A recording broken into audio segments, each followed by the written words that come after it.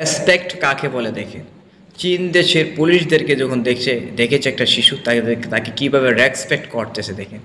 এই যে দেখেন ভাই, আর আমাদের দেশে পুলিশগুলোকে দেখলে সবাই থুতু ফেলে কেন? কারণ তাদের নীতির বাহিরে কাজ করে। তারা তাদের দায়িত্ব তো পালন করেই না, আরও জনসাধারণ তাদের ভয়ে আতঙ্কিত হয়ে থাকে। আর দেখেন তারা কি করতেছে, কি শিক্ষা দিয়েছে ভাই। আর আমাদের শিক্ষা দেখেন, এই শিশুটি একটা সেনাবাহিনী বা একটা পুলিশকে সাহায্য করেছে, পানি দিয়েছে, আর তাকে কি সিলিউট দিয়েছে ভাই। দেখেছেন ভাই? দেখেন এই যে পুলিশ দাঁড়িয়ে আছে, এই শিশুটি তাকে কত রেসপেক্ট করতেছে ভাই। দেখেন রাস্তা দিয়ে যাচ্ছে, এই দেখেন শিশুটি এই পুলিশকে কি রেসপেক্ট করতেছে।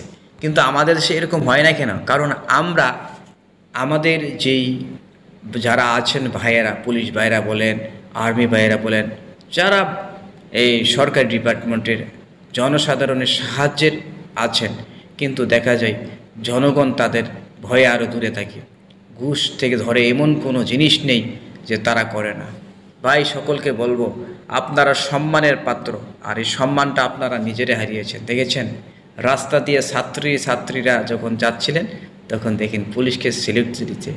খেলার চলো অনেক কিছু দেখেন ভাই। দেখেন একটা শিশু, একটা ছেলে ফিলিস্তিনিদের পতাকা নিয়ে মাঠে দৌড়াচ্ছে, আর মাঠে যারা ভলান্টিয়ার হিসেবে থাকেন, নিরাপত্তা বাহিনী হিসেবে থাকেন, তারা তাকে দৌড়াচ্ছে।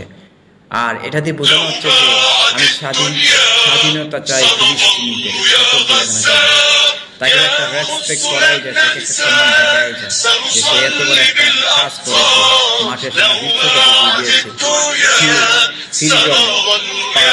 ফিলিস্তিনি